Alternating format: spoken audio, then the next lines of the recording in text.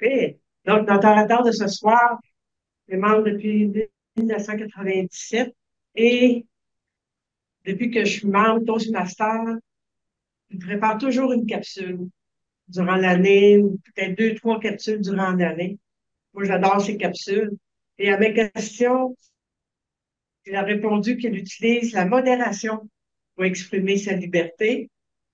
Son parcours qu'il va nous présenter, c'est le parcours stratégie motivation. Son projet utilisation d'un logiciel de présentation niveau 3 électif, durée 10 à 15 minutes. L'objectif de ce projet, c'est de faire preuve de compréhension de la manière d'utiliser un logiciel de présentation, notamment la création de diapositives et d'inclure la technologie dans un discours. Son objectif personnel, bien transmettre l'information à l'auditoire. Le titre de son discours, c'est Trucs pour prendre la parole en public, troisième partie. Aidez-moi à accueillir Léon Boudreau-Bouquet. En fait, je vous présente ce soir une série de présentations un, 2 et 3 que j'ai tirées d'une présentation sur LinkedIn.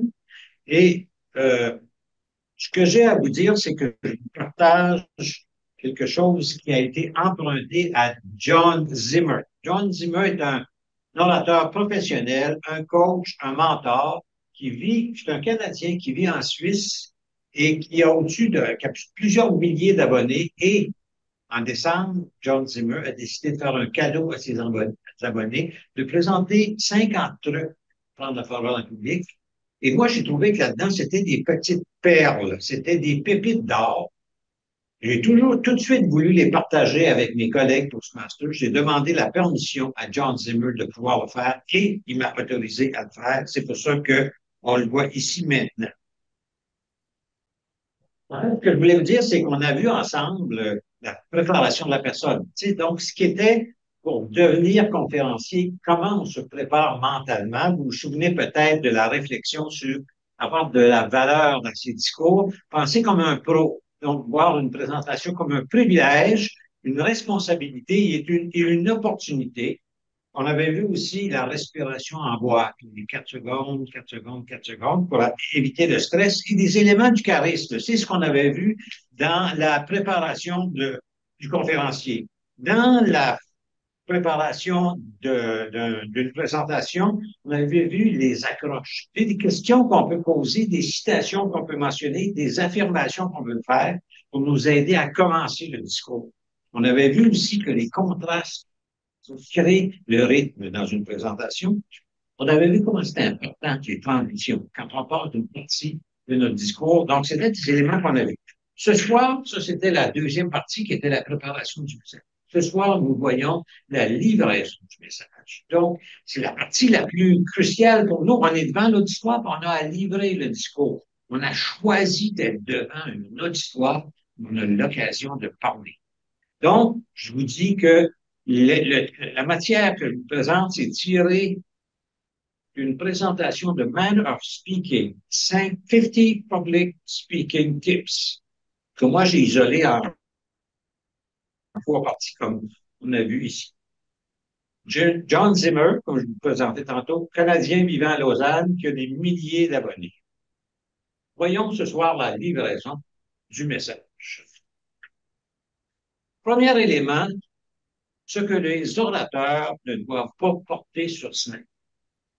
Donc, on peut dire ce qu'ils ne doivent pas porter et comprendre ce qu'ils doivent porter. Premier élément, moi, je ne peux pas vous dire que les souliers à talons hauts, c'est inconfortable, mais peut-être que oui.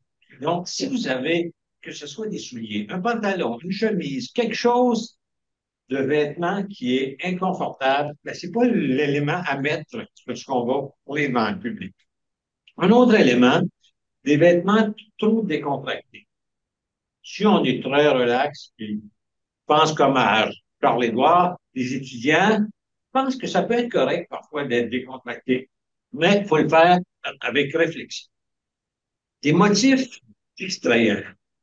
Moi, j'ai déjà fait un discours, quelqu'un m'a dit après, hey, ton discours était Excellent. Mais ton gilet de pyramide là, que j'avais sur mon gilet, mais était tricoté. Fait que, tu sais, c'est sûr qu'on n'a pas des courbes. En tout cas, c'était distrayant comme vêtement. Vêtements trop formels. Mais à l'inverse des vêtements qui sont trop, trop décontractés, ben, il faut trouver un milieu. Il faut choisir les bons vêtements, finalement. C'est ça, hein? Il faut choisir les bons vêtements. Finalement, les bijoux. On a des cling-cling qui, des fois, surtout si on a un microphone, puis là, des mouvements se font. C'est un élément qui peut être distrayant. Donc, c'est des choses qu'on peut penser banales, mais si on se prépare professionnellement, c'est important de... John Zimmer, lui, dit qu'on ne doit pas mettre nos badges. Mais ça dépend. Je pense que Toastmasters, c'est assez accepté. Mais là encore, ça dépend des milieux, donc il faut y penser. Donc, on a vu ce que les orateurs ne doivent pas. Ici, on a Sayubona. Sayubona, c'est une salutation. Puis, on va le voir ensemble. Sayubona, ça vient d'une salutation zoulou. Salutation zoulou, le peuple zoulou, c'est en Afrique du Sud. Et nous, les Occidentaux, on leur prête souvent de la grande sagesse dans leur réflexion. Et ici, si on peut imaginer l'état d'esprit qu'un orateur peut avoir devant l'auditoire, ça change complètement le stress qu'on peut avoir. La salutation Zoulou, elle signifie ceci. Je te vois comme une personne entière, avec des forces, des faiblesses et des passions.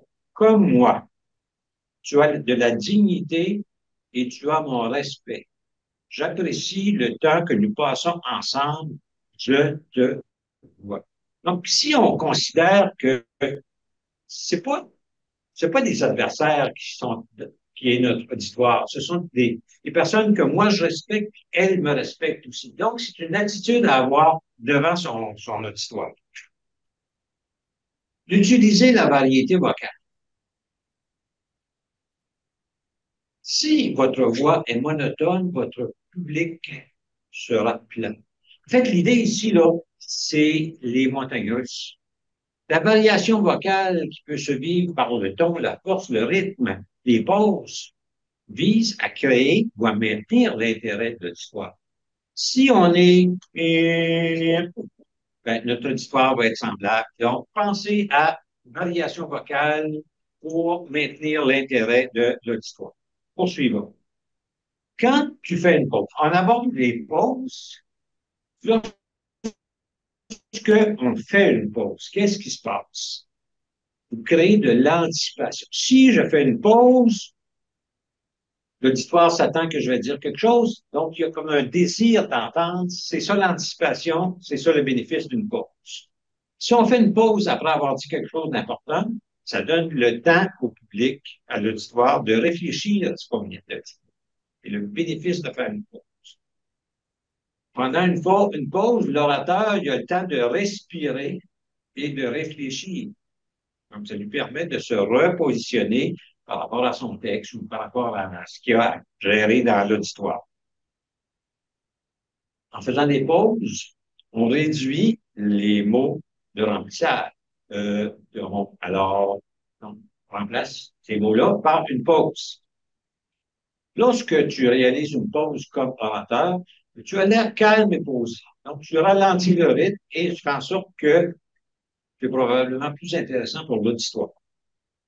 Et quand on fait une pause, c'est l'occasion où on peut jeter un regard à l'auditoire et connecter avec son auditoire.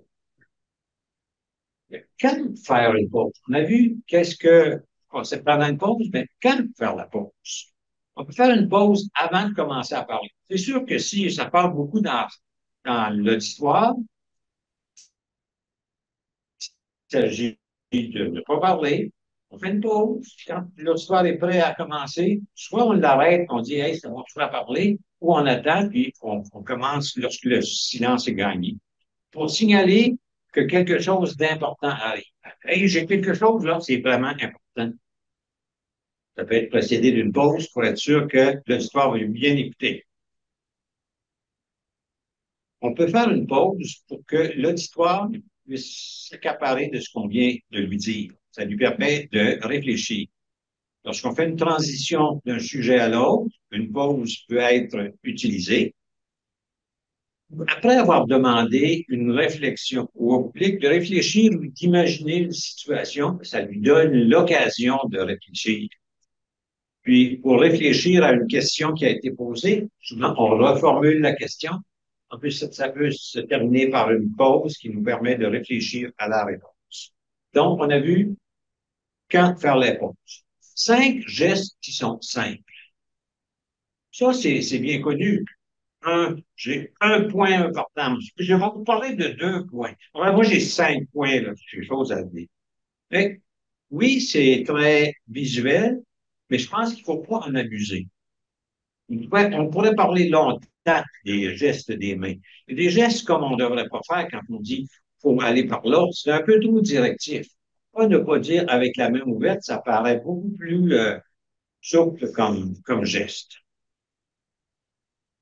Lorsque vous faites des gestes, faites-le du point de vue du public. Si moi, je vous dis 1, 2, 3, c'est correct pour moi, mais si vous faites le même geste à votre place, vous allez probablement faire celui-ci 1, 2, 3, que ça corresponde à une croissance. Donc, nous qui lisons et écrivons de la gauche vers la droite, à ce moment-là, ça exige de la personne qui est dans la barre de vous de commencer par la droite. 1, 2, 3. Premièrement, deuxièmement, troisièmement, ça devient plus logique pour vous. Voilà un avis de John Zimmer sur les gestes. Pour attirer l'attention, ajouter du contraste à vos présentations. On a vu le contraste lorsqu'il était temps d'écrire un texte. Donc ici, voyons-le au moment de livrer un discours. Dans les gestes, gauche, droite. Mais selon mon geste, je fais gauche avec la main droite, puis avec la main, le droite avec la main gauche. Mais pour de votre côté, ça devait être correct. Gauche, droite. Hein, c'est haut, bas. Là, si je fais des gestes haut et bas, ça va être évident. Ouvert, ouvert, comme ça, fermé. Avant, après. Mais ça peut être les mains, pas les mains. Si moi, je voyage, mais vous l'avez vu, le policier, là, comment il était grand. C'est des gestes qui viennent nous aider. Geste, oui. La voix. La voix, comme on l'a vu tantôt, la variation vocale, ça permet, on va, à un moment donné, la voix forte, la voix douce. À ce moment-là, ça va créer une montagne russe dans notre discours. On va parler haut et faiblement. On peut parler rapidement et parfois lentement. Tout ça, parler et faire des pauses. Tout ça, c'est un but de créer des contrastes dans la livraison du discours, ce qui va faire que ça va être plus intéressant dans les émotions. Ça, c'est quelque chose qui est très intéressant parce que on tend vivre quelque chose. La tristesse, la joie, on est capable d'exprimer ça. Tout on plie les yeux, le plie front un peu, là, puis on fait des petits noms, là. Non, ça, c'est certitude. On peut exprimer quelque chose d'une façon très visuelle. Pas le courage.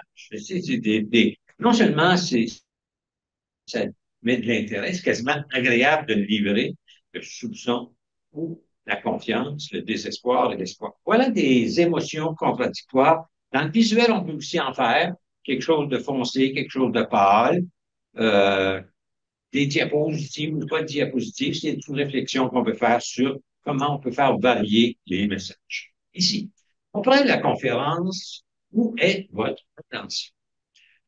Est-ce qu'après la conférence, vous êtes comme je me sentais nerveux ou est-ce que j'ai parlé même si j'étais nerveux? Une différence entre voir les choses. Mais voyons que, mettons-en un peu là-dessus. La seule question à laquelle je n'ai pas pu répondre, ou les 4 questions auxquelles j'ai répondu. Les 2 personnes qui n'avaient pas de l'air à écouter, ou les 23 qui étaient très attentives. Problème technique, ou combien je fais mieux la prochaine fois pour qu'il tire la machine comme il faut quand je commence. Ou encore, comparaison avec les autres. Ah, les autres étaient plus meilleurs que moi. Hey, je me suis amélioré par rapport à la dernière fois. Les erreurs ou pas d'erreur, puis des facteurs incontrôlables, comment je fais la prochaine fois. Mais ce qui est important là, dans cette réflexion-là, c'est la pensée de Brandon Seton, ce à quoi vous prêtez attention, c'est temps. Donc, si on pense positif, ça devient, c'est ça qui va s'agrandir. On a vu ensemble le 3e bloc de la livraison du message. En fait, John Zimmer nous laissait avec 12 résolutions parce que c'était à la fin de l'année. Préparez-vous minutieusement. Soyez authentique, donc vous-même. Soyez vulnérable. Soyez pas parfait, vous êtes vous-même, allez-y comme vous êtes. Interagissez avec le public. Racontez des histoires. Devenez à l'aise avec des pauses. Faire une présentation sans notes. Recherchez des occasions pour parler. Soyez celui qui choisit. Puis demandez des commentaires. Voilà, c'est ce que je vous laisse de la part de John Zimmer. Je vous laisse vous indiquer des références dans sa présentation. Madame la maître de cérémonie, je vous redonne la parole.